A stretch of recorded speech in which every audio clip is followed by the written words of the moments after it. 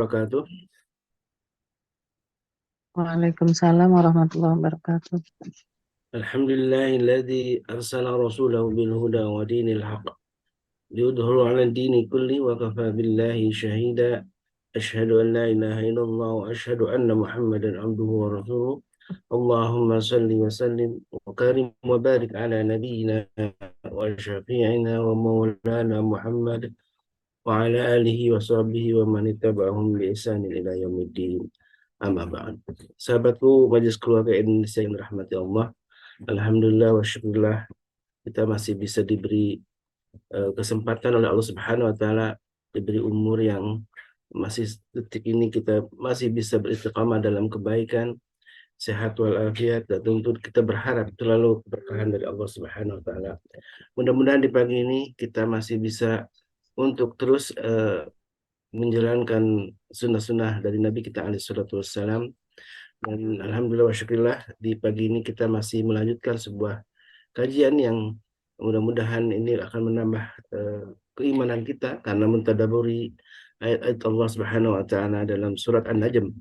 Dan di kajian sebelumnya kita sudah mendapat pengajaran yang uh, penuh makna, penuh hikmah dari guru kita Ustaz Khairul Alam tentang bagaimana surat An-Najm ini memberikan pengajaran kepada kita betapa mereka orang-orang kafir Quraisy saat itu dalam beribadah, dalam menyembah Tuhannya, mereka mengikuti zon atau prasangka yang justru adalah prasangka yang sangat keliru, yang sangat menyalahi prasangka yang keluar dari bilah dari Nabi Ibrahim alaihissalam. Sahabatku yang dimuliakan Allah, di pagi ini kita masih melanjutkan sebuah tema tentang masih surat An-Najm. Dan di terakhir di surat An-Najm di ayat 28 ya, kita diajari tentang bagaimana tentang zon, tentang prasangka ini. Dan betapa banyak kita saat ini penuh dengan prasangka ya terhadap diri kita. Salah satu yang kemarin sempat diungkap oleh guru kita tentang bagaimana kita mempelajari Al-Quran nih. Betapa kita masih banyak asumsi bahwa memahami Al-Quran itu hanya orang-orang tertentu saja gitu ya, hanya para ustadz gitu ya, hanya para alim ulama yang bisa memahami Al-Quran. Dan itu adalah sebuah asumsi atau kesalahan dari prasangka kita. Saya teringat dengan sebuah asumsi, dengan sebuah permisalan dari guru kita tentang bagaimana kita bisa menikmati keindahan bawah laut ya. Tentu ada tahapan-tahapan yang apa namanya bisa dilakukan bagi seorang yang ingin menikmati lebih dalam. Tentu harus terjun ke bawah laut ya, menjadi seorang diver ya, harus menelusuri laut sampai ke itu betapa indahnya laut, berbeda dengan snorkeling gitu ya. Nah itulah permasalahan yang disebutkan oleh Saudara Khairul Alam. Begitulah Al-Quran, kalau ingin memang mendalami lebih dalam tentu ada alatnya, ada ilmu bahasanya, ada ilmu balaghahnya, ada ilmu mantiknya dan lain sebagainya, ilmu yang memang menjadi prasyarat untuk bisa memahami Al-Quran lebih dalam lagi. Tapi bagi kita orang awam sesungguhnya Allah akan memberikan petunjuk kepada kita untuk bisa memahami Al-Quran dengan mudah. Karena sebagai dijanjikan oleh Allah Subhanahu wa taala dalam surat Al-Qamar yang berkali-kali Allah menjelaskan tentang walaqad yassarna Al-Quran lizikri ya. Dan itu sampai 4 kali diulang dalam surat Al-Qamar. Dan mudah-mudahan nanti kita akan juga sampai kepada surat Al-Qamar di masalah Sadaqal Alam. Baik, alhamdulillah syukurillah guru kita sudah hadir dan saya sapa dulu beliau. Assalamualaikum Ustaz. Waalaikumsalam warahmatullahi wabarakatuh. Gimana kabar Ustaz? Alhamdulillah baik. Alhamdulillah syukurillah. Baik jemaah yang belakang Allah, kita akan lanjut ya tentang kajian tema surat An-Najm ini. Fadhil masykur Ustaz. Assalamualaikum warahmatullahi wabarakatuh. Waalaikumsalam warahmatullahi wabarakatuh. A'udzu billahi minasyaitonir rajim. Bismillahirrahmanirrahim. Alhamdulillah rabbil alamin. Allahumma shalli ala Muhammad wa ala ali Muhammad. Rabbana zalamna anfusana wa illam taghfir lana wa tarhamna lanakunanna minal khasirin. Rabbi shrah li sadri wa yassir li amri wahlul 'uqdatam min lisani yafqahu qawli. Amin amin ya rabbal alamin. Alhamdulillah bisa bersilaturahmi kembali dan sharing kaitannya dengan Al-Quran di minggu pagi ya, minggu pagi keempat di akhir bulan Agustus 2023 ya. Terakhir kita surat An-Najm ayatnya ayat berapa ya? 240 atau 28 ya?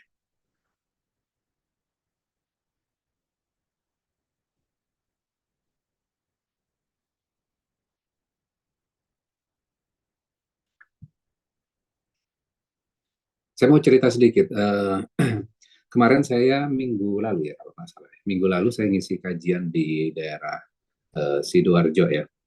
Salah satu pertanyaannya sebelum mengisi ditanya, ini ustadznya Muhammadiyah atau NU atau Salafi katanya. Dan ketika dijelaskan apa namanya mengajarkan Al-Quran itu langsung apa namanya lebih diterima ya. Dan memang kita umat Islam ini harus bersatunya adalah bersatu bukan terhadap kelompok-kelompok, tapi kita bersatunya adalah lebih luas itu kalau kita berpandangan atau berpegangan dengan Al-Quran. Karena Al-Qurannya sama kan? Al-Qurannya sama. Oke. Kalau nggak salah ayatnya ayat 40 Mas Solis ya? Dikoreksi kalau saya salah. Boleh, Ustaz. Nah, Saya sharing Al-Quran ini dulu.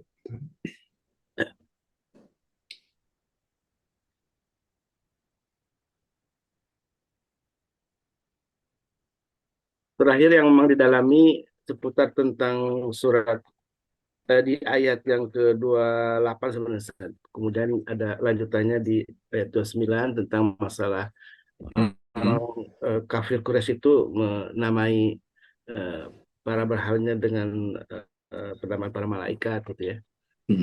Kemudian zon itulah yang kemudian diulas dalam oleh Ustadz gitu ya, tentang mempelajari Al-Quran. Ya, oke. Sekarang kita lanjutkan, berarti ayat ini surat An-Naml. Iya. Karena soal pala tuzakku angkusahum itu belum sampai ke sana, Ustaz. Itu kan makna penting tentang dalam surat An-Najm. Oke, berarti kita mulai dari ayat 30 ya.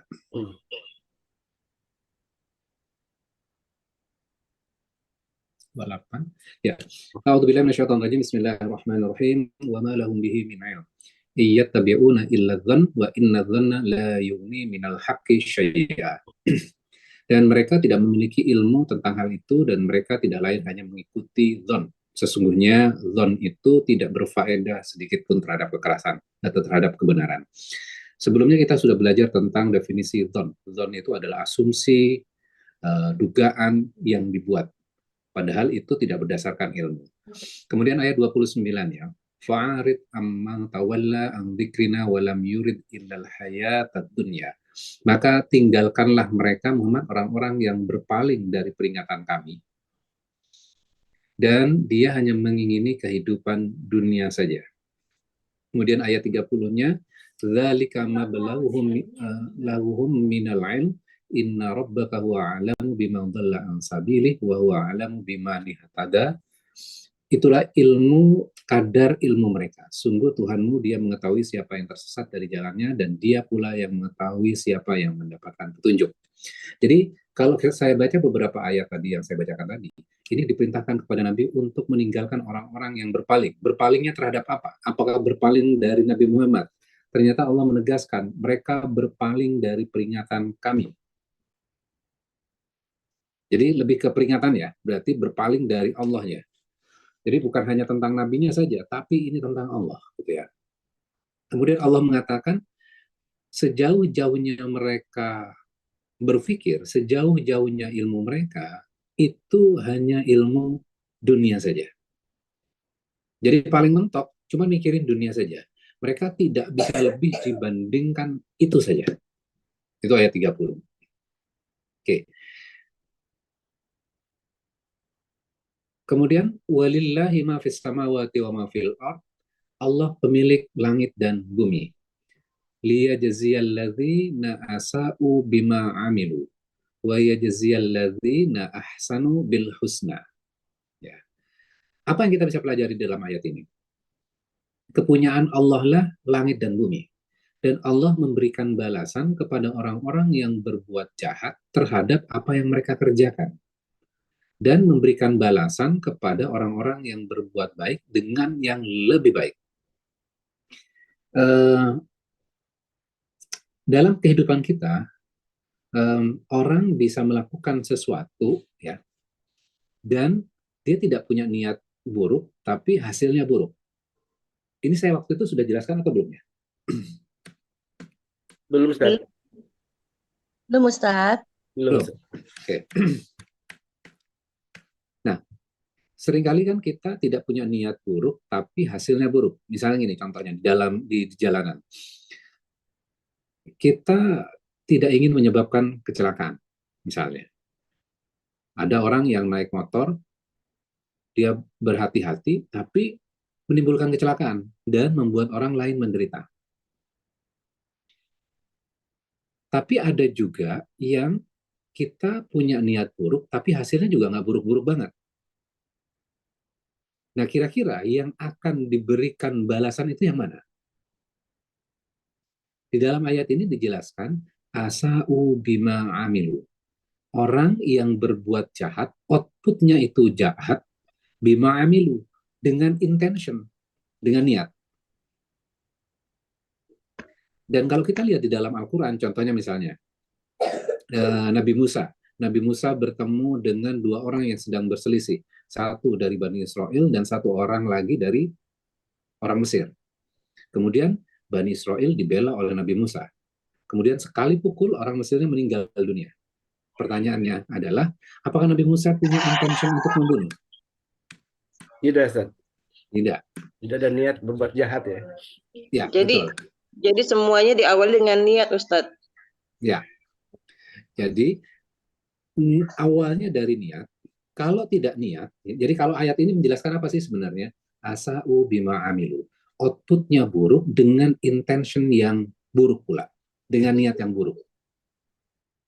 Itu yang akan diberikan ganjaran oleh Allah. Allah akan memberikan balasan kepada orang-orang seperti itu. Dan kalau kita lihat dalam sejarahnya, Nabi Musa kan berarti melakukan sebuah kesalahan juga nggak sih sebenarnya? Tapi kan Nabi Musa tidak berniat membunuh, Ustaz. Ya, betul. Nah, kemudian tidak ada niat membunuh, kemudian ada rasa bersalah juga kan? Nabi Musa minta ampun kepada Allah dan Allah ampuni. Dan babak berikutnya, Nabi Musa diangkat menjadi Nabi dan Rasul. Iya, Iya. diangkat. Artinya apa pelajarannya buat kita? Ternyata ketika kita berbuat salah, dalam tanda kutip ya, berbuat salah, kita jangan berputus asa atas rahmatnya Allah. Ya, kadang-kadang kan gini ya, ketika kita berbuat salah, kemudian rasa bersalah itu selalu menghantui kita, gitu ya. Ini pasti Allah nggak maafkan saya. Kesalahan saya terlalu besar. Artinya sebenarnya itu sudah masuk bisikan setan. Supaya apa?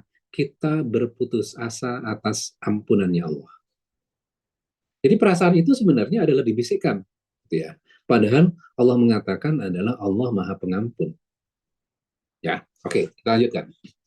Wa yajziyal ladzina ahsanu bil husna. Dan dia akan memberikan balasan kepada orang-orang yang ahsanu, ya, ahsanu bil husna, dengan sesuatu yang lebih baik lagi. Apa itu ahsanu? Ini original katanya kan hasanah ya. Dan kalau kita turunkan lagi, orang yang melakukan perbuatan baik itu namanya ihsan. Ya. Nah, sekarang gini. Apa definisi orang yang berbuat baik ini? Apakah dia sholat terus-terusan, qiyamul lail, tahajud tidak pernah bolong, Tuhannya, sedekahnya, zakatnya, dia tidak pernah melakukan kesalahan, omongannya nggak pernah salah, dia tidak pernah berbuat buruk sama sekali dalam kehidupannya. Apakah seperti itu definisinya ahsan? Ternyata Allah memberikan sebuah penjelasan ya. Apa itu ahsanu? Alladzina yajtanibu kabairal itsmi wal fawahish illa lamam. Apa itu ahsanu? Ahsanu itu adalah orang-orang yang dia menjauhi secara konsisten kabairal itsmi, yaitu dosa-dosa yang sangat besar, wal fawahish, dan perbuatan keji. Jadi selalu kontinu menghindar dari perbuatan dosa-dosa besar dan perbuatan keji ini. Namun illal lamam, kadang masih tergelincir juga. Jadi orang itu sudah berusaha untuk tidak ngomongin orang, tidak berburuk sangka, tapi kadang-kadang dia masih ngomongin orang juga. Dia sudah menghindar dari dosa-dosa besar, misalnya zina dan segala macamnya. Namun kadang juga masih melihat sesuatu yang tidak diizinkan untuk dilihat. Jadi ini definisi ahsanu ya. Karena kalau misalnya kita mendefinisikan ahsanu itu orang yang sholat terus-terusan, nggak pernah bersalah sama sekali, kira-kira kita memenuhi kualifikasi itu atau enggak? Malaikat, Ustaz. Malaikat ya. Akan sulit buat kita kan? Iya. Allah memberikan sebuah harapan kepada kita. Ternyata tidak seperti yang kita bayangkan loh, yang namanya ihsan itu, yang namanya ahsanu itu. Ternyata kita yang menjauhi dosa-dosa besar dan perbuatan-perbuatan keji, tidak membunuh, tidak memfitnah, gitu, tidak menuduh orang lain melakukan zina, dan kita juga menjaga omongan kita. Namun kadang juga kita masih tergelincir. Kemudian Allah mengatakan, Inna rabbaka wasi'ul maghfirah. Sesungguhnya Tuhanmu maha luas, dan Dia maha luas ampunannya. Berarti ini harapan yang luar biasa nggak buat kita sebenarnya? Ya Ustaz. Ini harapan yang luar biasa buat kita gitu loh. Karena kalau misalnya standarnya terlalu tinggi gitu loh, kita sebagai manusia akan sulit kan? Dan Allah sangat tahu yang namanya diri kita.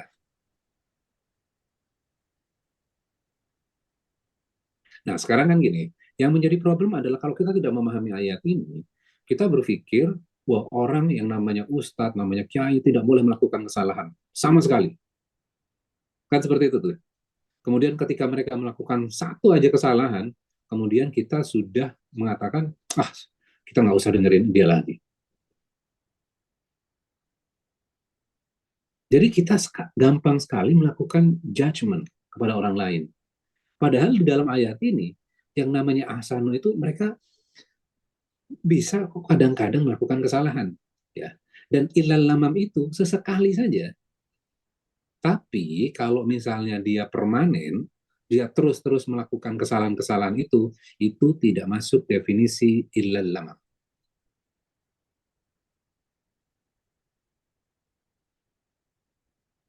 Bisa dipahami ya bedanya ya. Jadi kalau sesekali, maka Allah masih maafkan. Tapi kalau sudah menjadi habit, itu beda hal. Ya. Kemudian berikutnya. Wa alamu bikum id ansyakum minal ard. Dia lebih mengetahui diri kalian ketika dia menjadikan kamu minal ard dari bumi wa id antum ajinnah, dan ketika kamu masih dalam janin fi butuni ummahatikum, dalam perut ibumu. Kenapa Allah mengatakan di dalam ayat ini konteksnya dengan bagian-bagian sebelumnya? Kira-kira apa konteksnya? Kita baca satu bagian lagi nih. Fala tuzakku anfusakum. Dan janganlah kalian menganggap diri kalian suci. Jadi kamu melakukan kesalahan-kesalahan itu Allah maafkan. Kamu masih bisa masuk definisi ahsanu dan akan diberikan ganjaran surga. Namun kamu juga jangan merasa diri kamu suci. Berarti balance ya ini. Satu, kita diberikan optimisme, diberikan harapan ya bahwa kita masih bisa menuju surga. Dan di sisi yang lain, ketika kita sudah berbuat baik, kamu jangan merasa diri kamu suci. Berarti balance ya ayat ini ya, ayat 32 ini. Dan di tengah-tengahnya Allah mengatakan Dia mengetahui diri kita sejak kita di dalam janin di perut ibu kita. Artinya apa? Allah tahu segala kekurangan dan kelemahan kita. Ketika kita diberikan masalah, Allah tahu. Allah sangat tahu kelemahan kita mulai dari janin itu seperti apa. Bagaimana sufferingnya kita. kemudian ketika dewasa, tumbuh, dan seterusnya sampai kita dewasa. Allah tahu ketika diberikan masalah, kita masih komplain. Ketika diberikan hal yang sederhana saja, kita sudah berkeluh kesah. Allah tahu semuanya. Jadi kamu jangan merasa diri kamu itu suci. Jadi Allah ampunin kamu, tapi kamu jangan merasa diri kamu suci juga. Jadi makin kita belajar, maka kita tidak gampang melakukan judgement terhadap orang lain ya. Wah, itu sholatnya nggak terima. Karena wudhunya nggak sah tuh. Kita nggak pernah tahu loh.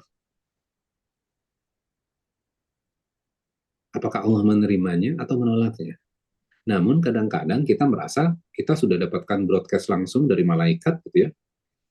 Wah, sholat dia nggak terima tuh. Dia salah tuh. Padahal Allah mengatakan, kadang-kadang mereka melakukan kesalahan, Allah ampuni kok.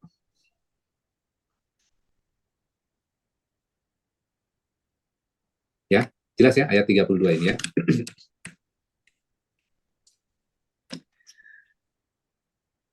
Namun seringkali kan gini ya, kalau kita tidak memahami ayat ini, kita merasa bahwa, wah saya kayaknya nggak pantas deh menuju surga. Kesalahan-kesalahan saya itu sangat besar sekali. Saya tidak sesempurna Umar, saya tidak sesempurna Abu Bakar, saya tidak sesempurna sahabat. Apakah Allah memberikan standar itu? Sahabat-sahabat itu memang punya standar yang tinggi. Pertanyaannya adalah, kalau kita selalu di-endorse terus dengan hal-hal yang standar tinggi, akhirnya kita merasa feeling guilty, kan? Merasa bersalah kan? Kok saya tidak bisa memenuhi kualifikasi itu ya? Abu Bakar menyedekahkan 100% hartanya. Umar menyedekahkan 50%. Saya cuma berapa? Gimana saya akan masuk ke dalam surga kalau seperti itu? Enggak. Itu adalah standar yang tinggi. Allah memberikan standar setiap orang itu berbeda-beda. Asal apa yang harus kita lakukan? Menjauhi dosa-dosa besar dan perbuatan-perbuatan kecil.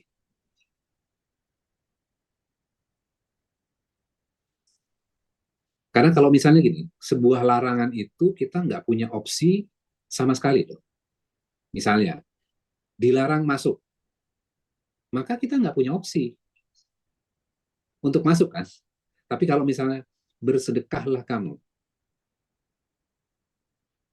kita bisa bersedekah kecil, bisa bersedekah besar kan. Ada choice buat kita. Tapi ketika dilarang, maka kita nggak punya opsi.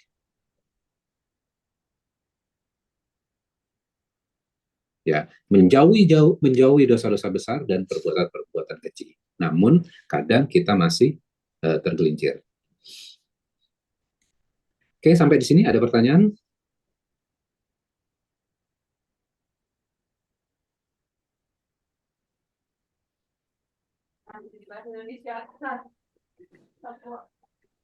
Belum, Ustaz. Belum? Oke, Iya. lanjutkan kalau gitu. Ayat 33. Afara'aitalladzi tawalla. Maka tidakkah engkau melihat orang-orang yang berpaling? Berpaling dari apa? Berpaling dari Al-Quran. Wa'ata qalilan wa akda. Dia memberi sedikit dan menahannya. Apa maksudnya ayat ini? Memberi sedikit dan menahannya. Jadi konteks pelit kikir. Ya, oke. Kita kembali kepada konteks ayat ini ya. Ini kan berbicara tentang orang-orang Quraisy pada saat itu. Ya. Kenapa orang-orang Quraisy itu yang menjaga Ka'bah pada saat itu menolak Islam? Itu kan jadi pertanyaan. Ternyata mereka itu menjaga Ka'bah, harusnya kan menjaga warisan dari Nabi Ibrahim, betul nggak? Ketika mereka menjaga itu, harusnya mewarisi dari agama Ibrahim, yaitu agama Tauhid. Namun di Ka'bah itu banyak berhala-berhala. Dan mereka membiarkan itu. Kenapa mereka membiarkan hal itu? Karena mereka punya jaminan keamanan, jaminan politik ketika mereka melakukan traveling, perdagangan. Jadi kalau di tengah jalan dicegat misalnya, dirampas hartanya orang-orang Quraisy ini, dan dia tahu suku tertentu yang melakukan itu, maka dia bisa mengancam, oke, kalau kamu sudah melakukan seperti itu, maka aku akan hancurkan Tuhan kamu yang di depan Ka'bah itu. Jadi itu ancaman. Jadi mereka aman tuh. Kemudian balik lagi ke dalam ayat ini, dia memberi sedikit dan menahannya. Artinya apa? Dia tahu tentang kebenaran, tapi mereka membiarkan hal itu.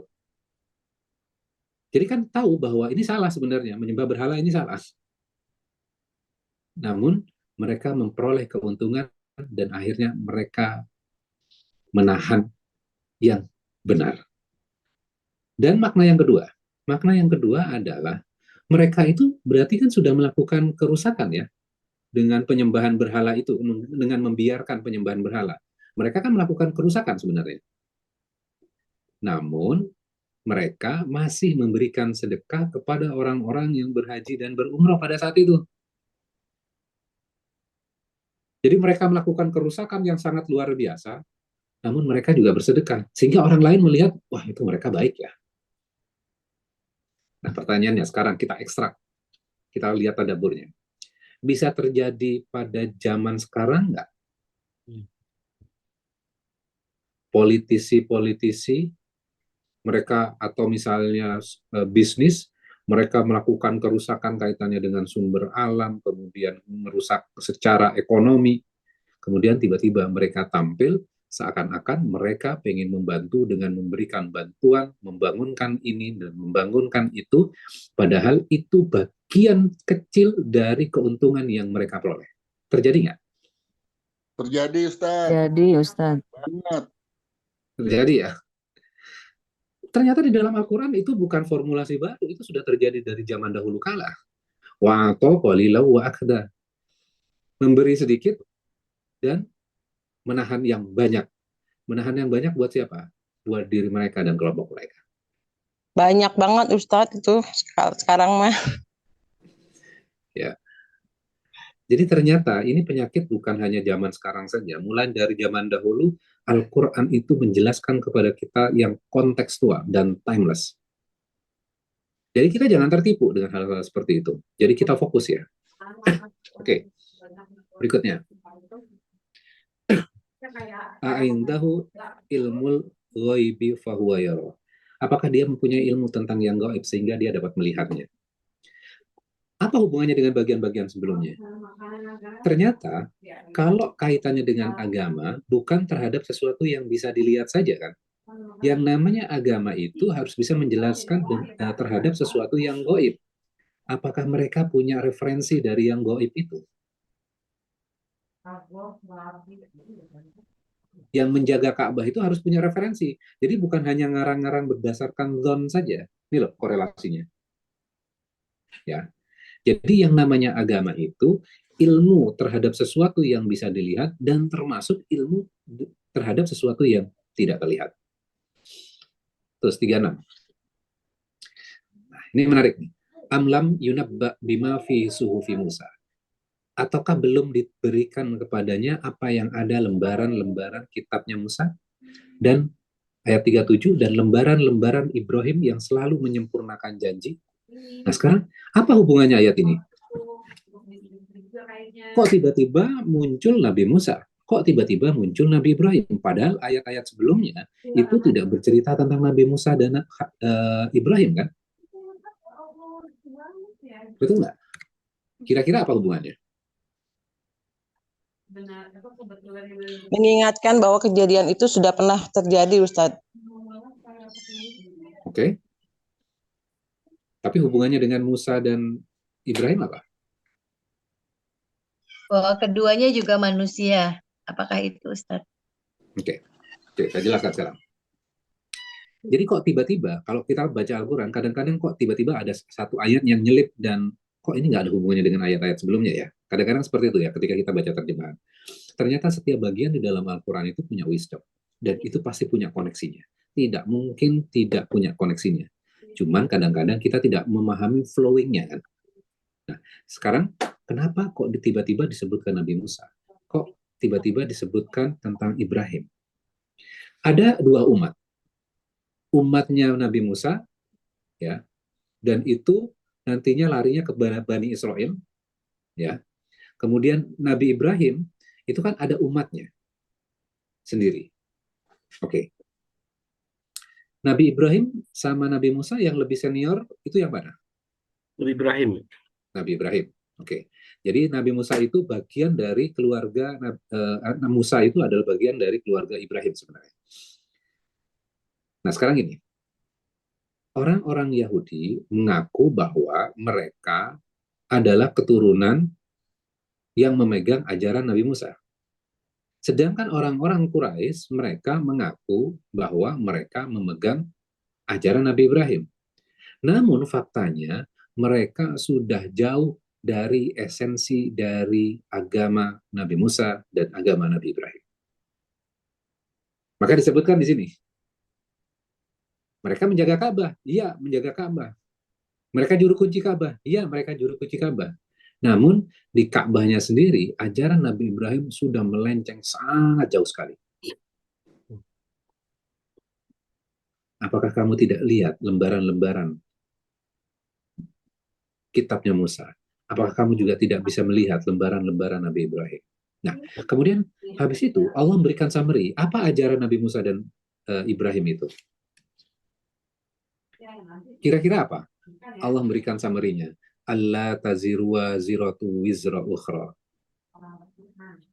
Ini summary-nya. Bahwa seseorang yang berdosa tidak akan memikul dosa orang lain. Jadi masing-masing dosa itu nggak bisa di-cover dengan yang lain. Dan pada saat itu ada yang mengatakan bahwa ketika kita mengakui Yesus sebagai Tuhan, maka dosa kita sudah tercover semuanya. Kan seperti itu kan? Enggak. Ajaran agama-agama sebelumnya itu sama semuanya, baik di Ibrahim maupun Musa, yaitu seorang yang berdosa tidak memikul dosa orang lain. Ini berasal dari yang gaib atau yang nyata? Informasi ini dari yang gaib. Terus berikutnya ayat 39. Apalagi wa allaisal lil insani illa ma sa'a. Bahwasannya manusia itu tidak memiliki apapun. Nah, ini menarik nih. Wa allaisal laisa lil insan, bahwa manusia itu tidak memiliki apapun. Loh kan saya sudah memiliki rumah. Oh, saya sudah memiliki tanah. Saya sudah memiliki motor. Saya sudah memiliki mobil. Saya sudah memiliki jabatan. Saya sudah memiliki kekuasaan. Pertanyaannya, sampai kapan?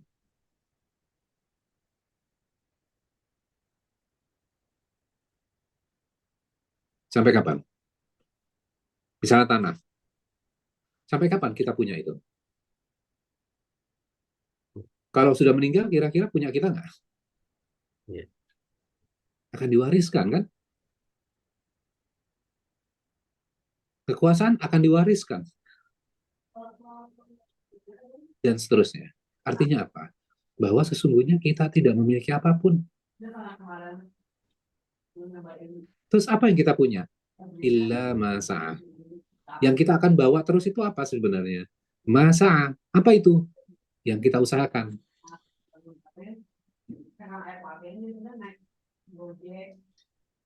Berarti ternyata yang menjadi punya kita dan permanen itu hanya usaha kita.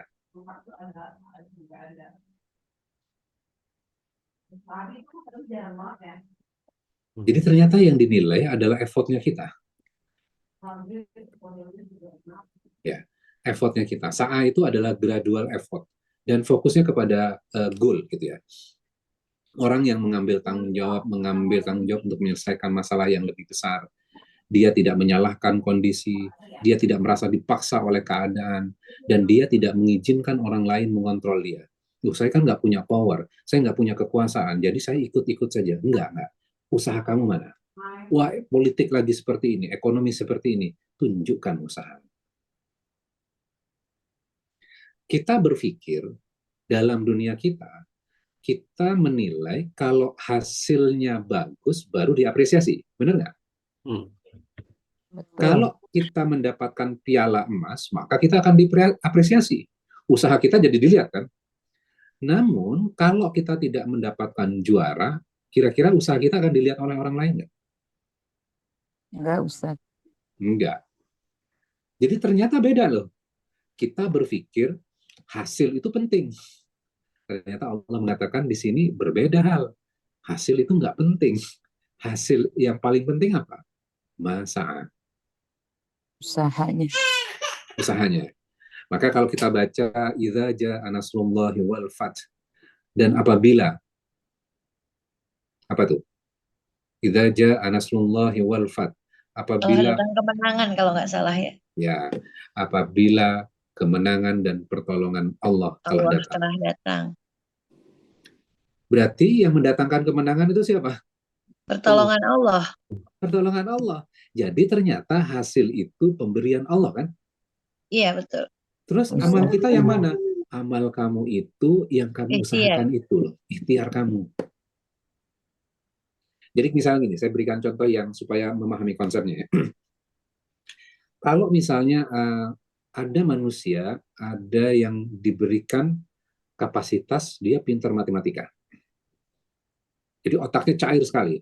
Tapi ada seseorang lagi yang kapasitas matematikanya dia terbatas sekali.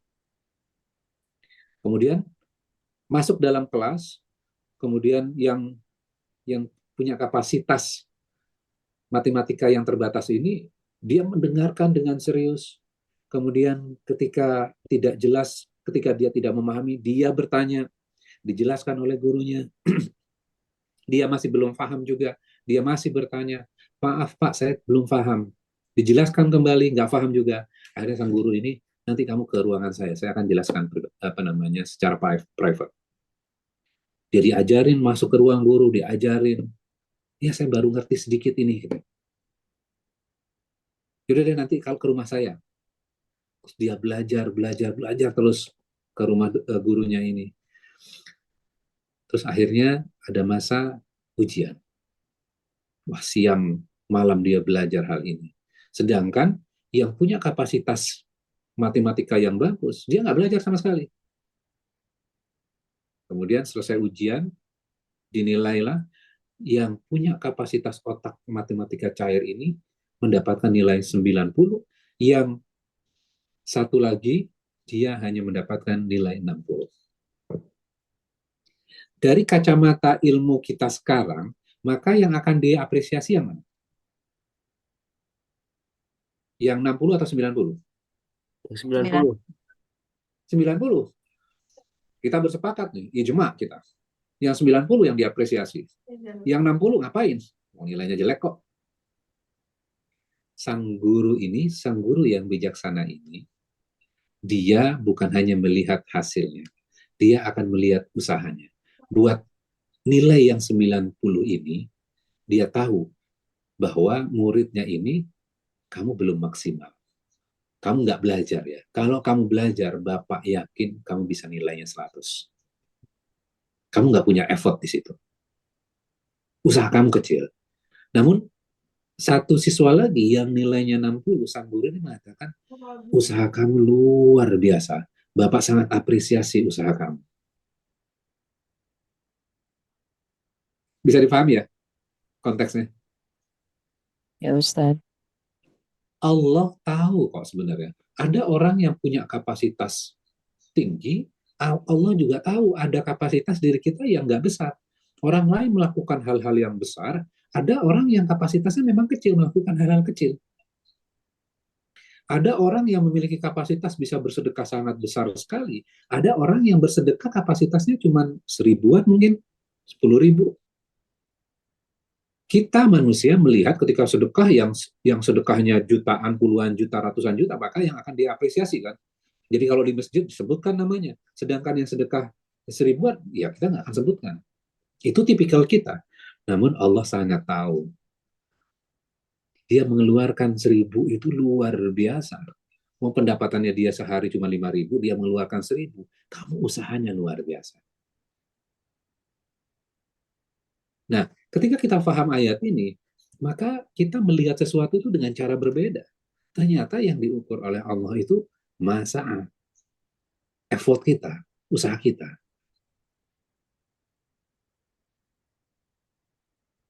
Bisa dipahami ya? Jadi masing-masing kita, apa yang harus kita lakukan? Usaha. Misalnya nih, contoh yang lebih religius. Misalnya kita bangun subuh, seperti tadi. Kita ke masjid. Kemudian kita berpikir amal kita yang dihitung ibadah itu adalah takbirnya kita bersama imam. Ternyata kalau kita baca ayat ini, masa dihitungnya dari mana? Ketika kita berusaha bangun, melihat orang lain masih tidur, masih gelap, gitu, udaranya juga masih dingin, kemudian kita berusaha untuk bangun, kemudian habis itu kita berusaha untuk ke kamar mandi ketika dingin, maka sejak itu adalah sa'anya kita. Itu sa'inya kita, itu usahanya kita. Jadi sudah dihitung tuh. Wah, ternyata Allah adil kalau seperti itu ya. Wah, ternyata ayat ini luar biasa ya. Ternyata usaha saja sudah dihitung. Itu yang akan dibawa sampai akhirat kelak. Nah, pertanyaannya adalah, apa yang sudah kita usahakan? Jangan-jangan kita sudah diberikan kapasitas, tapi kita tidak berusaha maksimal. Siapa yang bisa menilai itu? Apakah orang lain? Atau diri kita?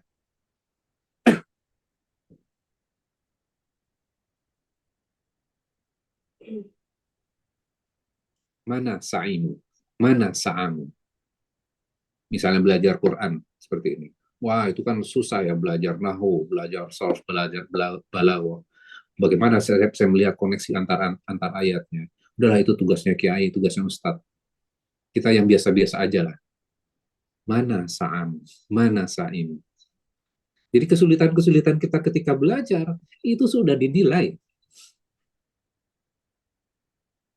Jadi bukan ketika kita sudah jadi ustadz, jadi kiai saja, enggak gitu. Usaha kita itu yang dinilai. Strugglingnya kita, kesulitannya kita, bersusah payahnya kita ketika belajar, maka itu sudah saatnya kita. Walaupun hasilnya nggak ada. Karena hasil itu kan pemberian ya. Apakah kalau misalnya kita berusaha selalu menghasilkan? Allah mengatakan enggak. Hasil itu aku yang memberikan. Jadi ketika berhasil berarti kita nggak akan sombong ya. Karena hasil itu pemberian. Berarti yang harusnya diselebrasi apa? Allah mengatakan masa usaha kamu itu yang akan diselebrasi. Maka ayat berikutnya ayat 40, wa anna sa'yahu saufa yura. Bahwasannya kelak segera usaha kamu itu akan diperlihatkan. Yura diperlihatkan. Diperlihatkan kepada siapa? Satu, diri kita, kepada orang lain di hari kiamat nanti, hisab nanti, dan ditunjukkan kepada malaikat. Dan di dalam dunia kita kan pengen setiap usaha kita, jerih payah kita diapresiasi oleh orang lain kan? Betul nggak? Kita pengen dinotis oleh orang lain. Namun faktanya di dunia tidak semua usaha kita dinotis oleh orang lain. Diapresiasi oleh orang lain. Tidak semuanya. Maka jangan khawatir.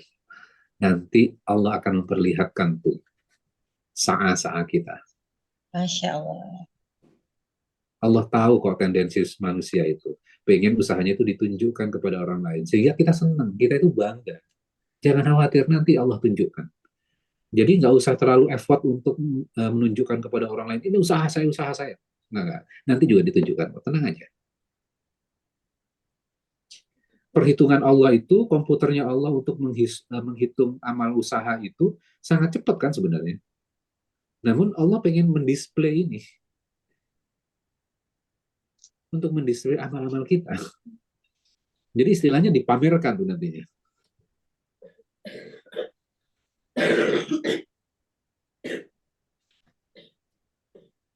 Kemudian summa yujza kul jaza al aufa. Kemudian diberikan kepadanya balasan jaza, balasan aufa yang cukup. Jadi kita diberi di dalam surga itu diberikan sesuatu, kita udah merasa cukup.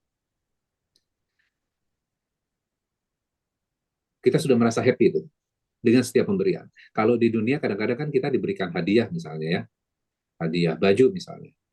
Kita udah senang diberikan hadiah, kemudian dibuka, ternyata baju gitu.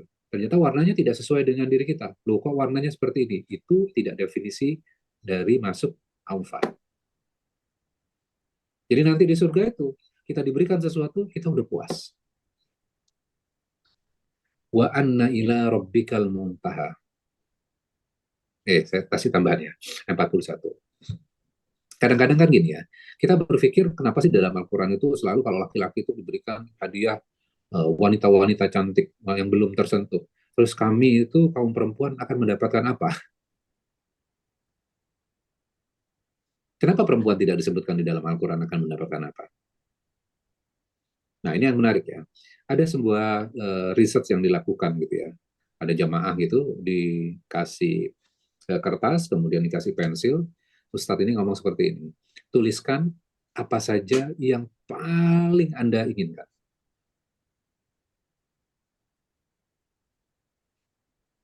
Dikasih waktu 3 menit. Mulai dari sekarang. Nah, yang perempuan tuh nanya, ini tentang apa ya Ustadz? Apakah tentang, pokoknya apa saja? Nah, yang laki-laki itu cepat sekali nulisin. Yang perempuan 3 menit, boleh ditambah waktunya nggak? Listnya panjang. Kemudian setelah dikumpulkan, ternyata buat kaum laki-laki, hampir sebagian jawabannya sepakat loh tentang wanita yang cantik. Sedangkan perempuan, dia menjadi ibu yang baik, menjadi pasangan yang baik, menjadi anak yang baik. Dia mikirin orang tuanya, mikirin ini dan itu, mikirin perhiasan, make up dan segala macamnya. Artinya apa? Ketika Allah tidak menyebutkan ya di dalam Al-Quran apa yang perempuan akan dapatkan, karena Allah tahu keinginan perempuan itu sangat kompleks sekali, sangat banyak sekali. Namun kalau disebutkan Al-Quran misalnya, mendapatkan pria yang belum pernah menyentuh perempuan sama sekali, masa sih ke surga pengen cuma dapat gituan doang? Artinya apa? Bahwa Allah sangat tahu ketika disebutkan buat laki-laki seperti itu udah cukup jadi alasan untuk saya pengen ke surga. Tapi kalau buat perempuan, dimensinya sangat besar sekali, sangat luas sekali. Maka Allah mengatakan di sini jaza al-aufa. Setiap pemberian di dalam surga itu, kamu akan puas. Kamu nggak akan komplain. Jadi bukan berarti ketika Allah tidak menyebutkan, ibu-ibu tidak akan mendapatkan apapun. Tidak. Sangat di open sekali. Ya. Terus berikutnya, wa anna ila rabbikal muntaha. Bahwasannya ila rabbikal muntaha, ternyata akhir dari setiap tujuan itu, akhir tujuan itu, ternyata apa? Kita berpikir bahwa di surga itu adalah tujuan akhirnya, destinasi akhirnya. Ternyata enggak. Muntaha itu adalah akhir tujuannya. Ternyata yang paling ujung itu, kenikmatan yang paling besar itu apa? Ila rabbika, terhadap Tuhan kita. Bertemu Allah. Bertemu dengan Allah, betul sekali. Ternyata balasan di surga itu jaza, kita diberikan minuman, diberikan pakaian yang mewah, ada permadani segala macam. Itu jaza, jaza itu maksudnya itu hidangan pembuka saja. Itu baru pembukanya saja. Itu bukan main course-nya. Main course-nya apa? Wa anna ila rabbikal muntaha. Kamu akan bisa menatap wajah Tuhanmu. Sama lah kalau misal kita analogikan sekarang ya, kalau misal kita diundang ke istana, kadang kan kita pengen tahu makanan di istana itu kayak apa sih? Gorengannya di istana itu kayak apa sih? Lauknya di istana itu seperti apa sih? Gitu. Dan ketika dihidangkan itu, wow ternyata ini ya, wow ternyata ini ya, minumannya ini, wah gelasnya seperti ini ya. Kita kagum tuh, wah ruangannya bagus ya, oh di situ, wah enak sekali ya. Itu surganya gitu ya. Itu di istananya. Namun setelah itu, sang presidennya datang menghampiri kita, kemudian menyapa kepada kita. Maka kenikmatan-kenikmatan yang tadi yang kita rasakan luar biasa, itu menjadi hal yang biasa, kenikmatan itu habis semuanya karena kita bertemu dengan tuan rumahnya, sang presiden ini. Benar nggak? Seperti itu di dunia kita.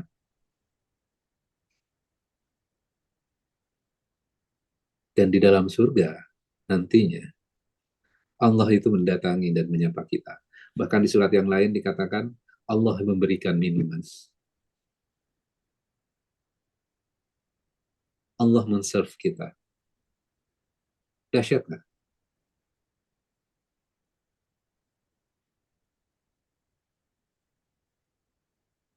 Terus, setengah 7. Wa annahu wa adhaka wa abka. Sesungguhnya dialah yang menjadikan orang tertawa dan menangis. Apa ini hubungannya? Berarti Allah menjadikan orang tertawa dan menjadikan menangis. Jadi tawa dan tangis itu desain by Allah nggak? Ya, desain by Allah. Dan Allah juga artinya, kalau kita lihat logik di balik ayat ini, berarti Allah juga menciptakan sesuatu kejadian yang membuat diri kita tertawa dan menangis, kan? Iya, Ustadz. Artinya peristiwa-peristiwa itu didesain oleh Allah. Ya, didesain oleh Allah. Yang menyebabkan kita tertawa dan menangis. Ya. Sekarang kita analisis ya. Kadang sesuatu kejadian dalam kehidupan kita secara personal, kadang itu membuat kita menangis, kita sedih, merasakan kepedihan yang luar biasa. Masalah itu kayaknya nggak berhenti-berhenti menimpa kehidupan kita. Padahal saya sudah sedekah, saya sudah sholat, saya sudah berdoa, permohonan saya kok kenapa nggak dikabul-kabulkan gitu ya. Masalah itu selalu datang dan datang, trauma itu datang dan kedatang pada diri kita. Kemudian kita menangis itu. Sekarang kita analisis.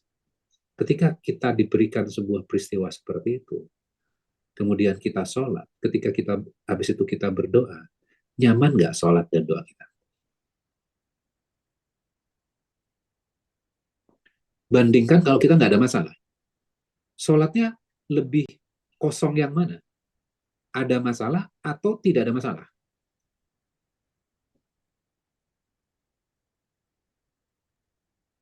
Biasanya ada masalah Ada saja. masalah biasanya, Ustadz. Tapi kalau nggak ada masalah ya tetap bersyukur. Alhamdulillah, tidak ada masalah. Ya, artinya apa? Ternyata kesulitan-kesulitan itu yang membuat kita menangis. Akhirnya apa? Kita merasakan ketika sholat itu kita khusyuknya luar biasa. Ya. Ketika kita berdoa itu, Rabbana atina fid dunya, dengan hati gitu loh. Dan kita menikmati momen itu kan. Ya. Kita menikmati momen itu. Maka lihat ayat sebelumnya, wa anna ila rabbikal muntaha. Ternyata ujung segala sesuatu itu Tuhan kamu. Ternyata masalah-masalah itu didatangkan, didesain oleh Allah supaya apa? Kita bisa bertemu dengan Tuhan kita. Kita merasakan Allah di situ. Dan itu adalah puncak kenikmatan. Kalau kita kan melihatnya masalahnya kan. Enggak, masalah itu kecil sebenarnya. Itu cara Allah supaya engkau dekat dengan aku. Saya ceritakan satu hal ini. Ada seorang artis yang sudah senior, sangat tua sekali. Dia muncul di sebuah podcast. Kemudian dia balik bertanya kepada orang yang ngundang. Dia bertanya seperti ini, kenapa orang yang sudah tua gampang mendekatkan diri kepada agama? Kira-kira kenapa?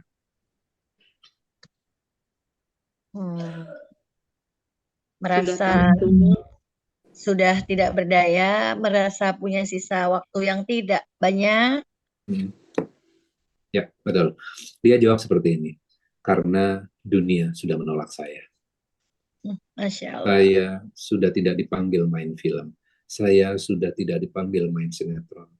Bahkan talk show saja saya sudah tidak diundang. Dunia benar-benar menolak saya. Saya dibanting dari popularitas kepada sesuatu yang saya tidak diperhatikan sama sekali. Dunia benar-benar menolak saya. Dan yang mau menerima saya dan yang mengerti tentang saya hanya Tuhan. Sama nggak ayat ini? Wa anna ila rabbikal muntaha.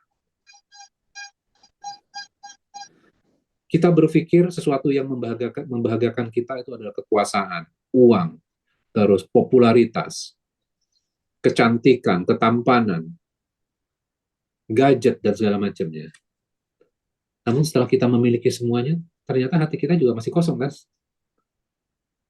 Akhirnya ketika dia sudah tidak memiliki segalanya, seperti artis tadi, ternyata lebih gampang menuju kepada Tuhannya. Berarti yang menyebabkan dia sengsara dan menangis itu berarti siapa? Tuhan. Kemudian kita mengatakan Tuhan ini nggak adil, Tuhan ini kejam. Enggak, supaya kamu kembali kepada aku. Ya. Supaya kamu itu menangis, benar-benar menangis.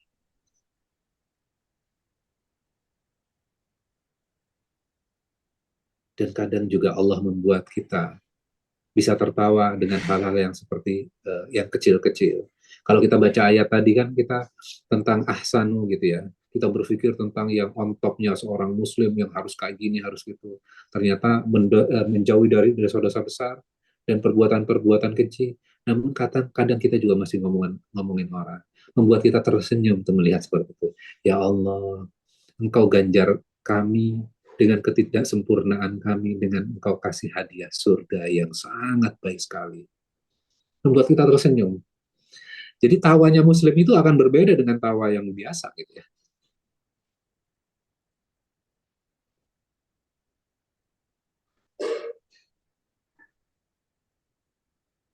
Oke. Oke, cukup sampai di sini dulu. Silakan kalau ada pertanyaan, kita sampai ayat 43 ya. 43 ya. Alhamdulillah. Dan di ayat terakhir ini kita ini menemukan saja al-haqqa wa abqa ini memang berkaitan dengan tadi yang bahwa ihsan tadi ya. Manusia bisa berbuat baik dan sesungguhnya yang berbuat baik itu tidak berarti tidak berbuat salah gitu ya. Tetap Allah akan mengganjarnya dengan sebuah ganjaran yang tadi semua ikhtiar kita lah untuk yang menentukan sesungguhnya ikhtiar kita untuk berusaha untuk lebih baik walaupun kadang-kadang kita terjatuh gitu saja. Tapi ikhtiar kemudian bangkit lagi seperti anak kecil yang belajar jalan jatuh kemudian dia bangkit lagi itulah yang kemudian yang menentukan kesempurnaan sehingga kita bisa jalan dan itulah kesempurnaan kita akan mencapai atau bertemu dengan Allah Subhanahu wa taala. Amin Allahumma amin. Baik jamaah yang dimuliakan Allah, masih ada Ustaz masih memberi waktu nih kalau ada yang ingin ditanyakan ya. Walaupun tidak banyak waktunya nih karena udah udah menjelang lebih dari jam 6:30 ya. Ingin Silakan ada bertanya yang Ustaz. ditanyakan. Boleh Silakan. bertanya Ustaz? Boleh. Silakan. Assalamualaikum warahmatullahi wabarakatuh. Assalamualaikum. Terima kasih atas kesempatannya Ustadz. Alhamdulillah hari ini materinya sangat-sangat luar biasa, sangat Masya Allah, masuk banget dalam hati dan pikiran saya. Terkait dengan Allah itu sudah tahu bagaimana kita akan menghadapi kesulitan dan segala masalah yang Allah akan beri ke kita sejak kita ada dalam rahim. Sejak kita masih berbentuk janin.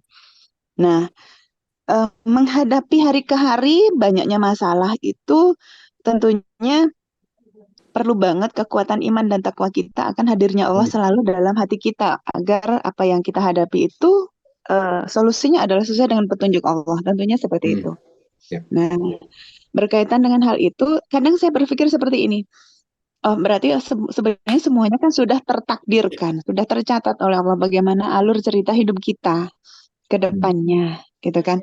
Nah, saya kadang berpikir begini.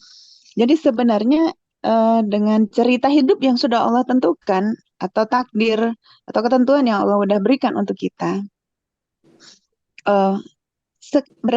maksudnya gini, berapa persenkah yang itu adalah karena kehendak Allah, ataukah berapa persenkah itu sebenarnya kehendak Allah atau ketentuan Allah, tapi kita masih bisa mengubahnya nih dalam perjalanan hidup. Harusnya takdir kita ke arah sana, misalnya ke arah kanan misalnya ya. Nah, kita masih bisa mengubahnya ke lebih bahagia lagi, ke lebih kanan lagi. Nah, karena kadang kita kalau berpikir bahwa oh aku udah diputuskan sama Allah, ketentuanku begini misalnya. Artinya aku tidak bisa mengubahnya karena udah jelek nih takdirnya. Jalan hidupnya udah jelek, nggak bisa dirubahnya gitu kan. Nah, kadang bertanya pada diri sendiri, mungkin nggak Allah takdir itu kita bisa ubah dengan upaya kita yang mana jujur aja setan itu kan sangat kuat menyerangnya ke kita. Karena begitu besar pengalaman setan untuk mengikuti alur atau riwayat-riwayat manusia yang mana setan nggak mati-mati, kita kan usianya nggak sepanjang setan, sehingga bagaimana mengelola hati untuk menjauhi godaan setan ini kan sangat-sangat luar biasa gejolaknya gitu. Jadi seperti itu Ustaz. Berapa persen nih yang bisa kita kendalikan atau kita upayakan untuk menjadi lebih baik? Berapa persennya itu sudah ditentukan oleh Allah gitu. Tapi kita apakah kita masih bisa merubahnya takdir yang atau ketentuan yang sudah ditentukan dari sejak kita janin itu gitu kan? Nah, ada pertanyaan seperti itu, Ustaz. Terima kasih, Ustaz. Ya, Masya Allah ya. Pertanyaannya sulit ini Mas Olis. Iya. Oke. Kalau kita berpikir dengan logik kita, maka jawabannya sulit. Tapi kalau kita menggunakan Al-Quran, Allah sudah menjelaskan sebenarnya filosofi pertanyaan-pertanyaan fundamental kan sebenarnya itu tentang takdir. Ya, manusia mungkin akan menjelaskan dengan berbagai macam angle ya kaitannya dengan takdir. Nah, yang lebih enak kita kembali ke dalam Al-Quran ya. Kita lihat dalam sejarahnya ya. Pertanyaan-pertanyaan fundamental itu sebenarnya Allah sudah jawab dengan story di mana pertama kali Allah menciptakan manusia di dalam surat Al-Baqarah ayat 30 sampai ayat 38 tuh. Ya, itu menjelaskan di dalamnya juga takdir juga tuh. Allah menceritakan apa? Allah hendak menciptakan makhluk yang akan menjadi khalifah di muka bumi. Ya, akan menjadi khalifah di muka bumi. Kemudian diciptakan Nabi Adam kan? Kemudian tinggal sementara di surga. Kemudian habis itu digoda oleh iblis, digoda oleh setan di situ. Kemudian melakukan kesalahan nggak? Melakukan kesalahan. Kemudian setelah melakukan kesalahan, maka Allah memberikan kalimat-kalimat mengajarkan kepada Nabi Adam. Yang kita kenal, Rabbana atina, apa? Rabbana dhalamna anfusana wa illam taghfir lana wa tarhamna lanakunanna minal khasirin. Ya betul ya? Betul ya, betul. Ya, Rabbana dhalamna. Ya, kami yang zalim terhadap diri kami. Nah, bisa nggak Nabi Adam mengatakan, ya Allah, Engkau kan sudah takdirkan aku, pasti aku melakukan kesalahan, dan pasti aku diturunkan ke muka bumi. Bisa nggak Nabi Adam melakukan seperti itu? Berpikir seperti itu? Ya bisa. Sangat bisa gitu loh. Iblis punya pikiran, ya Allah, Engkau yang menakdirkan aku zolim. Nyalain Allah loh itu. Namun Nabi Adam nggak. Ketentuannya Allah kan, Allah sangat tahu ya. Nabi Adam akan melakukan kesalahan nggak? Allah tahu gitu ya. Nanti kalau kamu melakukan kesalahan, aku akan kasih ini. Rabbana dhalamna itu. Kemudian, kamu akuin kesalahan-kesalahan itu. Artinya apa? Bahwa takdirnya Allah itu, kamu akan diturunkan ke muka bumi. Kamu cari bekal dulu di surga ini. Kamu akan belajar nih. Akan training di dalam surga. Seakan-akan kita training. Nabi Adam itu di training dalam surga. Dia berusaha mematuhi perintahnya Allah, berusaha ini dan segala macam seperti itu. Terus ternyata dia melakukan kesalahan. Ya, berarti kan pertanyaannya, kesalahan itu ditakdirkan atau enggak? Iya. Terus habis itu, apakah diturunkan ke muka bumi itu planningnya Allah enggak? Ya, planningnya Allah diturunkan ke muka bumi. Bahwa manusia ada usahanya enggak? Usaha kamu, masa usaha kamu itu. Kita nggak pernah tahu takdir kita yang mana, benar nggak? Jodoh kita nggak tahu yang mana. Saya kasih logika seperti ini, logik seperti ini. Kalau kita dulu sekolahnya lulusan sampai SD saja, kira-kira jodohnya teman-teman SD atau yang kuliahan, anak kuliahan? Teman-teman SD. Teman-teman SD. Kalau kita mau usaha lagi, ikhtiar lagi, kuliah sampai S1 misalnya, kira-kira jodoh kita teman kuliah atau teman TK atau SD? Teman Secara kuliah, umum. Ustaz. Teman TK Teman dan kuliah. SD. Artinya apa? Takdirnya kan bergeser dari SD, SMP, SMA, kuliah kan? Berarti apa? Allah sangat apresiasi usaha kita. Nah, kemudian kita berpikir, takdir saya yang mana? Ya kalau kita usahanya sampai SD, ya takdirnya sampai SD. Jadi takdir itu choice nggak? Choice. Berarti ikhtiarnya tetap dihargai dan dilihat oleh Allah ya Ustadz. Iya, betul. Jadi tugas kita apa sih sebenarnya di dalam dunia kita ini? Ya sa'a, usaha kamu. Usaha. Ikhtiar kita saja, effort Iya, kita. Ustadz. Maka Nabi Muhammad itu kan ketika ada orang didakwahi tidak mau ikut dakwahnya Nabi Muhammad itu kan sedih ya. Maka Allah menjelaskan, kamu itu tugasnya adalah menyampaikan. Hasil itu aku yang menentukan. Jelas nggak? Insya Allah Nah, jelas. apa yang membuat diri kita stres? Orientasi kita adalah orientasi hasil.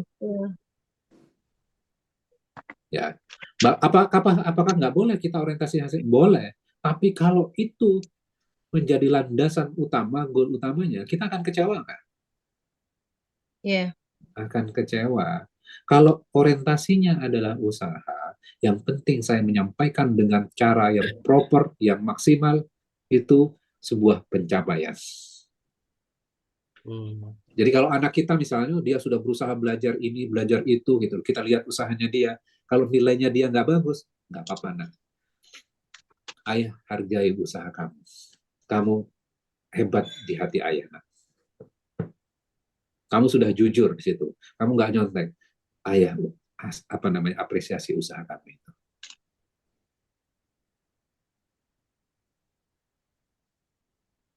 Itu saya bercerita tentang saya tadi ya, tentang kita dan anak kita. Kalau kita lihat dalam Al-Quran, Allah mengatakan, kamu tidak memiliki apapun. Hasil itu juga bukan punya kamu. Yang kamu punya itu hanya illa masa usaha kamu. Aku apresiasi kok usaha-usaha kamu itu.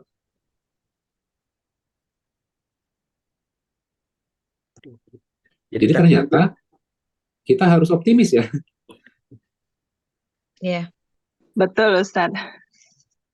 Jadi jangan pesimis. Ya kan semua sudah ditakdirkan Allah, ya udahlah saya gini-gini aja lah gitu. Enggak. Kita itu ditakdirkan oleh Allah menjadi khalifah. Lihat, balik lagi dalam surat Al-Baqarah, kita sudah kaji ya, ayat ke-30.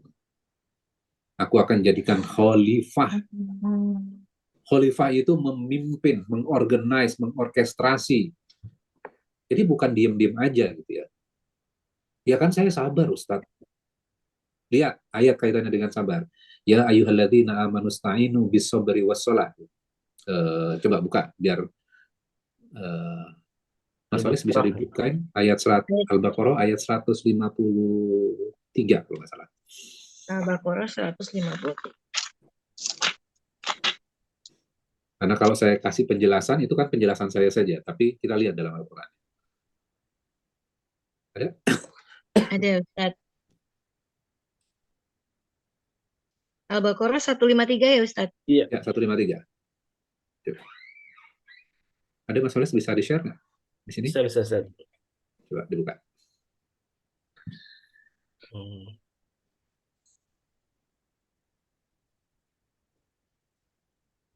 Ini kaitannya dengan sabar ya.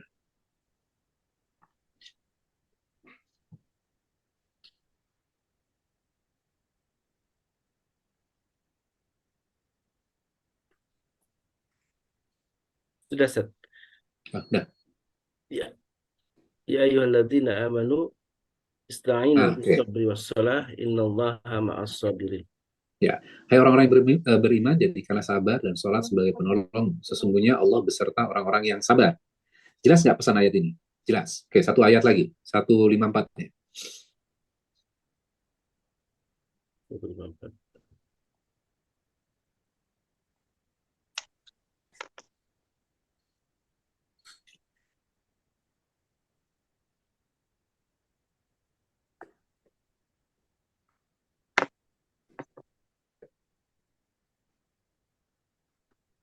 Nah, ini saya bukain. Ya, udah ketemu nih.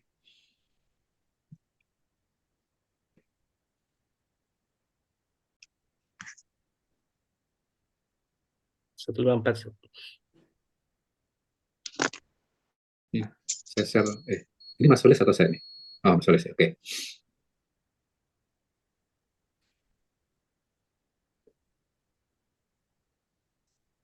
Oke.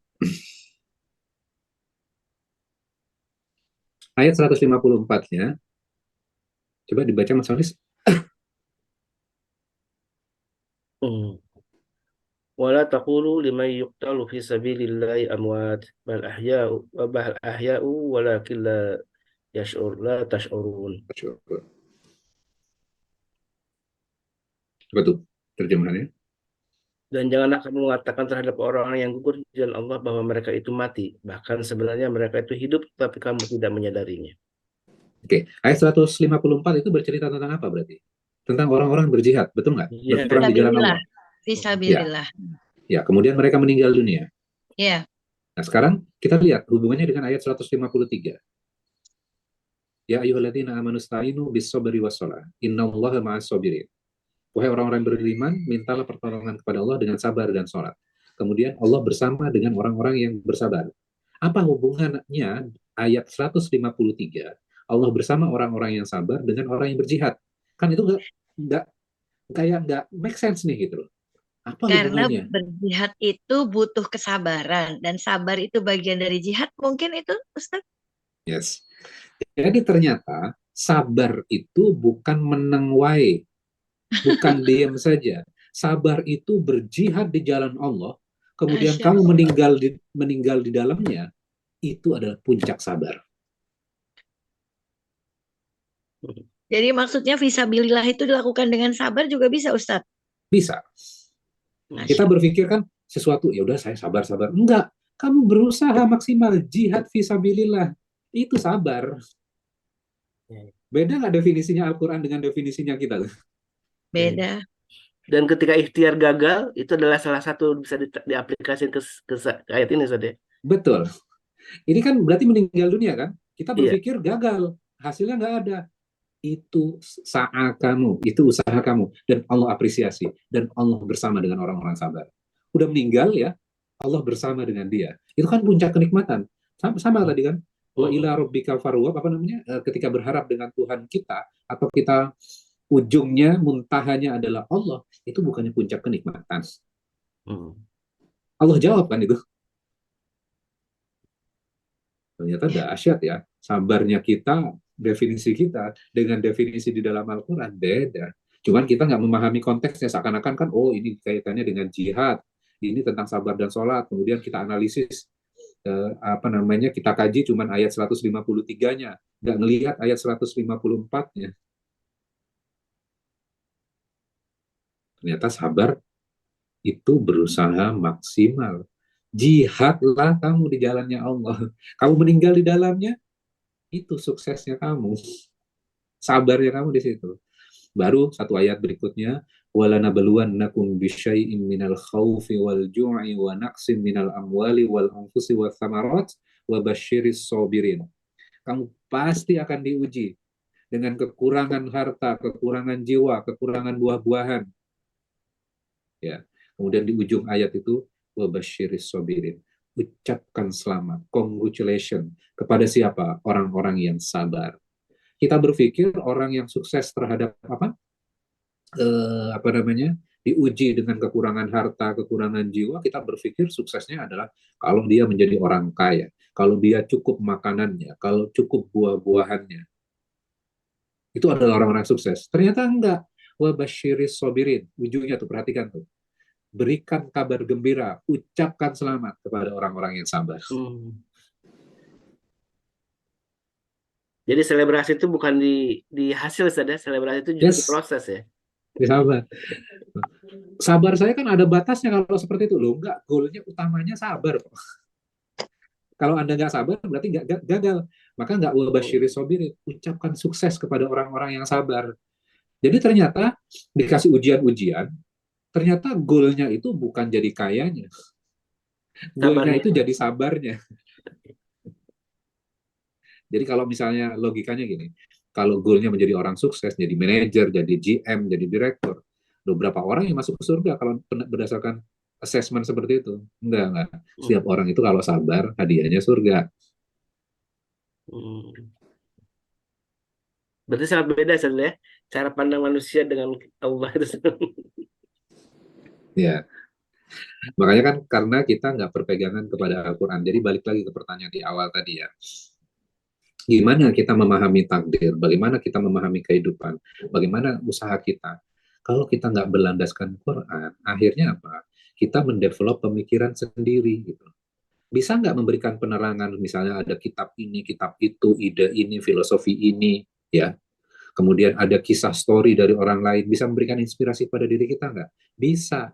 Cuman cahayanya itu terbatas. Betul nggak? Kalau kita melihat dari cahayanya Al-Quran, Al-Quran itu adalah nur, maka cahayanya itu lebih terang dibandingkan cahaya yang dibuat oleh manusia-manusia itu. Kadang kan kalau kita dengerin ceramah misalnya, saya balikan kepada hal yang religius ya. Kadang kita mendengarkan ceramah. wah, kita merubah mindset kita, merubah pikiran kita kayak tercerahkan tuh. Pulang ke rumah, kita balik lagi ke kehidupan kita nggak?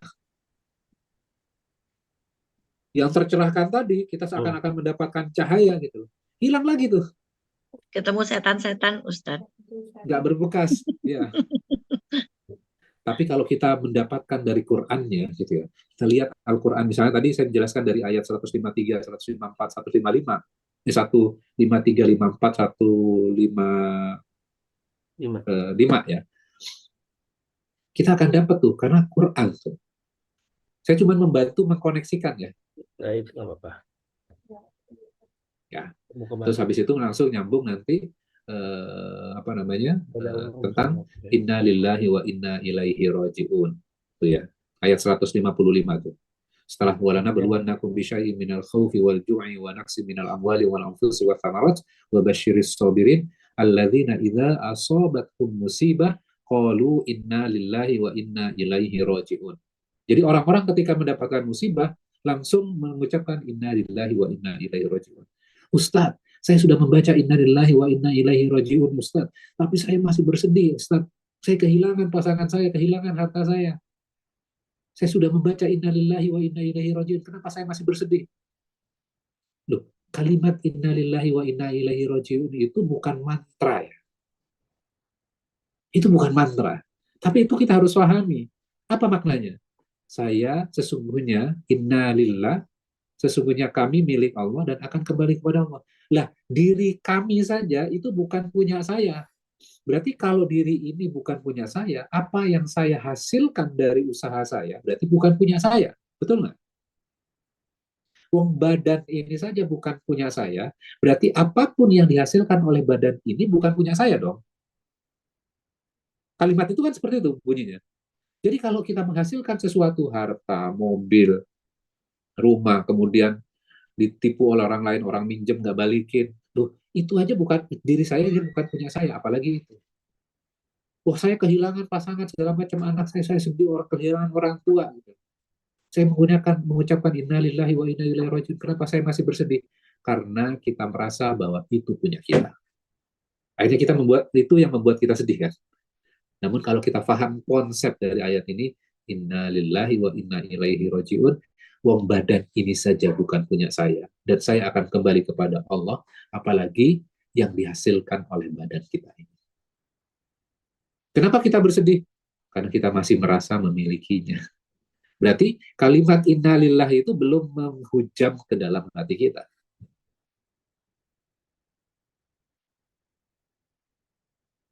Itu dahsyatnya Al-Quran.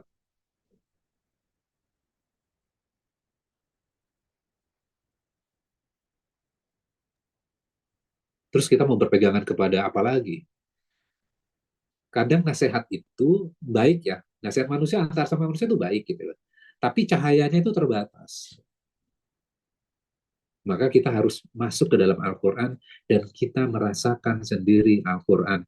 Nggak cukup dapat dari ustadz saja. Nggak cukup dari kiai saja. Kita harus merasakan sendiri. Baca tuh Qurannya. Rasakan sendiri, pelajari. Nanti ada waktu, nanti saya akan kasih ya, surat An-Nur, itu tentang cahaya. Gimana kita mendapatkan cahaya? Itu dahsyat tuh, surat An-Nur itu. Di awal-awal kita disuguhi dengan hukum yang sangat keras tentang zina. Dirajam 100 kali dera. Terus tiba-tiba nanti di ayat 35 itu, tentang Allahu nur samawati wal ard. Allah adalah cahaya langit dan bumi. Apa hubungannya zina dengan hukuman yang sangat keras? Syariatnya sangat keras, fikihnya sangat keras sekali itu hukumannya. Kita kadang-kadang mendevelop pemikiran itu, kita baca satu ayat, kemudian kita develop dari satu ayat ini, tanpa melihat secara garis besarnya, sehingga kita fokusnya kepada hukum saja. Kita fokusnya kepada fikihnya saja. Saya nggak mengatakan fikih nggak penting ya, itu penting. Tapi kalau kita fokus kepada ini dan tidak melihat secara overallnya, akhirnya apa? Kita misleading di situ. Ternyata hukuman itu tentang dera, rajam, itu bukan tujuan utamanya. Tujuan utamanya apa? Tentang ruh cahaya di dalam hati kita itu. Kalau kamu mau melakukan itu, kamu melakukan kesalahan-kesalahan itu, maka ruh kamu itu akan kotor. Dan kamu tidak bisa terkoneksikan dengan aku, dengan Allah. Nanti lah kita bahas tentang An-Nur tuh. Ya, Masya soalnya udah Allah. jam 7. Masya Allah, tabarakallah. Masih banyak yang sebenarnya yang ingin kita tanyakan, Ustaz, tapi berhubung waktu ya, mudah-mudahan Allah masih memberikan waktu dan usia untuk kita, sehingga kita masih bisa mendalami ayat Allah ini. Dan tadi seperti yang disebut oleh Ustaz, kalau ingin dapat cahaya yang luas tak terbatas, ya makanya cahayanya dari Al-Quran. Itu ya, gak cukup hanya dari mendengarkan ceramah. Itu pun hanya cahaya, tapi ada batasnya karena manusia ada batasnya ketika penyampaian terhadap kita gitu ya. Ketika kita dengar ceramah mungkin terinspirasi gitu ya. Tapi setelah itu lupa lagi. Tapi ketika kita berhadapan langsung dengan Al-Quran, berinteraksi dengan Al-Quran, kemudian memohon kepada Allah untuk mendapatkan cahaya itu, dan ketika Allah sudah memberikan cahaya itu, maka cahaya itulah yang akan tidak pernah padam.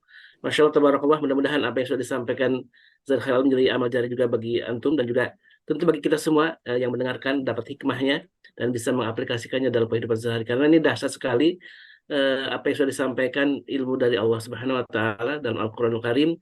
Betapa kita seperti yang disebutkan bahwa bukan hasil yang sebenarnya yang kita jadi targetkan, tapi adalah proses itu sendiri, yaitu kesabaran. Dan kesabaran adalah sebuah buah puncak, dan paling puncak lagi adalah bertemu dengan Allah Subhanahu Wa Taala. Mudah-mudahan jamaah yang muliakan Allah, semuanya kita jamaah MKI ini bisa kembali bisa bertemu di surganya Allah, kemudian kita bisa sama-sama berjumpa dengan Allah Subhanahu Wa Taala. Ini adalah sebuah puncak kenikmatan yang tidak ada taranya, dan marilah kita tetap beroptimis gitu ya, selalu optimis, dan kita yakin bahwa apapun yang sudah kita lakukan, walaupun kita sudah berdosa, masih sering berdosa, Allah Maha Pengampun, kita selalu memohon ampunan Allah, kemudian kita terus beristiqamah dalam kebaikan, dan mudah-mudahan Allah selalu memberikan kita hidayah dan petunjuknya. Kita ucapkan barakallahu fikum dan jazakallahu khairan, Ustaz. Mudah-mudahan kita kembali berjumpa di ahad pertama ya di bulan September. Insya Allah, mudah-mudahan kita kembali bisa mentadabburi ayat-ayat Allah. Berarti masih di surat An-Najm insya Allah ya, karena ini belum tuntas, masih ada beberapa ayat terakhir yang insya Allah kita tuntaskan di pekan depan. Baik, jamaah yang dimuliakan Allah, mari kita tutup kajian ini dengan doa kafaratul majlis. Dan sebelum tutup, saya ingatkan insya Allah di pekan depan, Sabtu depan ya, insya Allah tanggal 2 kita akan berjumpa kembali di acara yang khusus yang ada di masjidnya Ustaz Khairul, Ustaz ya, di BSD. Melakukan tablik akbar bersama Bayi Haikal, ada juga khitan masal, kemudian ada juga baksos, dan kami undang semuanya untuk hadir di acara tersebut. Dan silakan kalau Anda ingin bersedekah pagi gitu ya, untuk membawa makanannya apapun ya, yang bisa berbagi dengan jamaah yang lain, insya Allah mudah-mudahan ini menjadi jalan kebaikan untuk kita semua. Mari kita tutup kajiannya dengan doa kafaratul majlis. Subhanakallahumma wa bihamdika,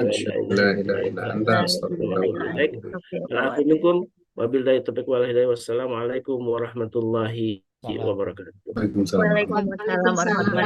warahmatullahi wabarakatuh. Terima kasih Ustaz Khalis. اللهم ارحمنا بالقرآن واجعله لنا إماما ونورا وهدى ورحمة. اللهم ذكرنا منه ما نسينا وعلمنا منه ما جهلنا وارزقنا تلاوته آناء الليل وأطراف النهار